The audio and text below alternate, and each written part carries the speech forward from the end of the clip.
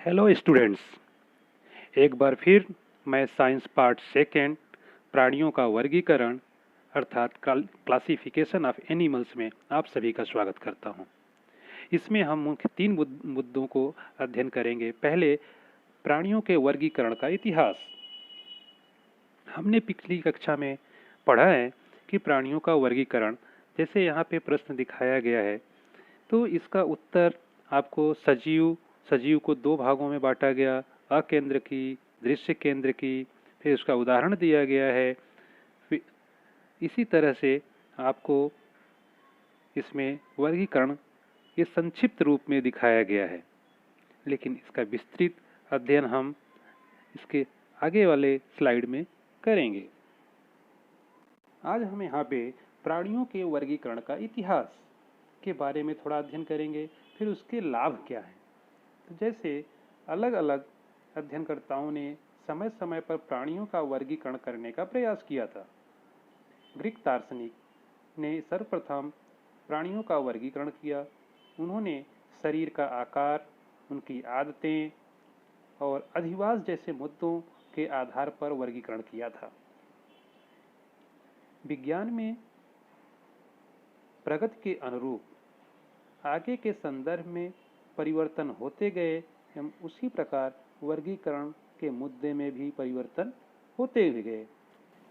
कालांतर में वर्गीकरण की प्राकृतिक पद्धति का अवलंबन किया गया।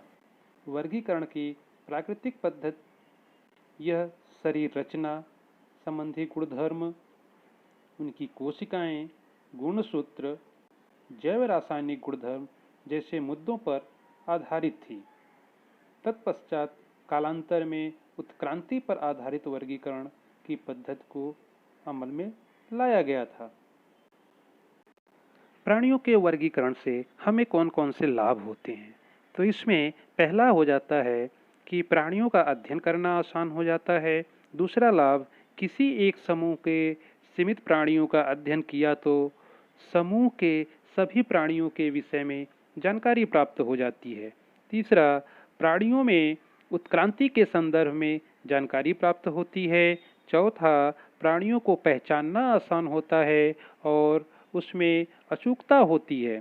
पांचवा, प्राणियों के अन्य सजीवों के साथ होने वाले संबंध समझने में मदद मिलती है।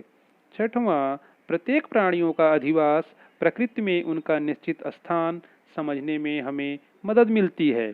तथा सातवां, प्राणियों में भिन्न भिन्न प्रकार के अनुकूलन की जानकारी प्राप्त होती है।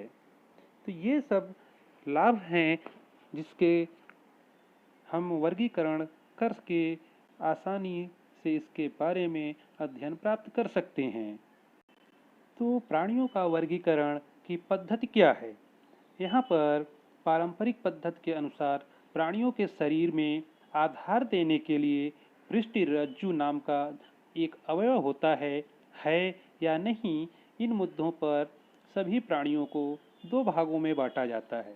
जैसे असमपृष्ठ रज्जु प्राणी नॉन कार्डेट्स और समपृष्ठ रज्जु प्राणी कार्डेट्स, ये दो मुख्य आधार हैं।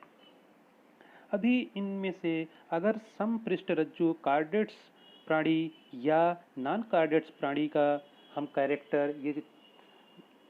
कैरेक्टर विशेषताएं हम अध्ययन कर लेंगे तो इसके अंतर्गत आने वाले सभी प्राणियों की वही विशेषता होती है। जैसे यहाँ पे दिखाया गया है असमपृष्ठ रज्जु प्राणियों की कुछ विशेषता। जैसे पहला, शरीर में पृष्ठ रज्जु नोटोकॉर्ड्स नामक अवयव नहीं पाए जाते हैं। ग्रसनी में क्लोम छिद्र नहीं होते हैं।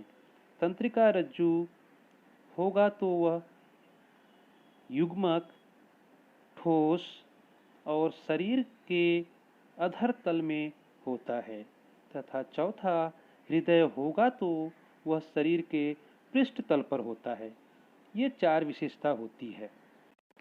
इसके अंतर्गत पाए जाने वाले सभी प्राणियों को 10 संघों में विभाजन किया गया है। ये 10 संघ अर्थात फाइलम हैं।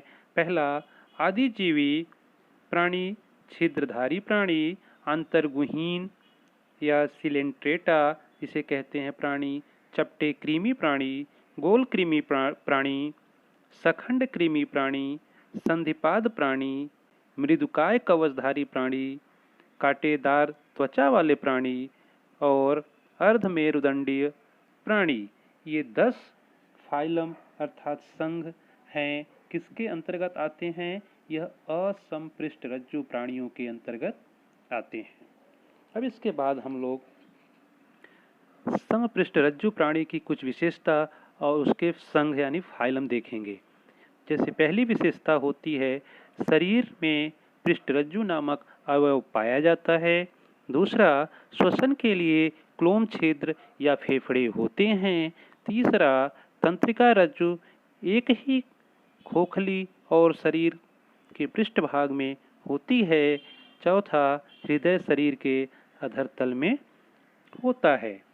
अब इसके संघ का नाम ऐसा रखा गया है जैसे समपृष्ठ रज्जु संघ के विभाजन 3 उपसंघों में किया गया है।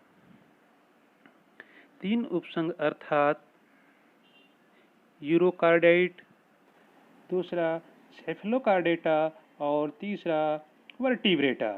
इन वर्टिब्रेटा इस उपसंघ को 6 वर्गों में 6 क्लास में डिवाइड किया गया है, बांटा गया है।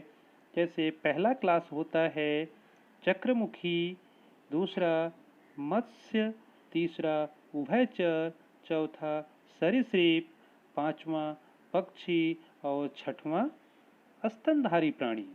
ये 6 क्लास हैं वर्टिब्रेटा एनिमल्स के।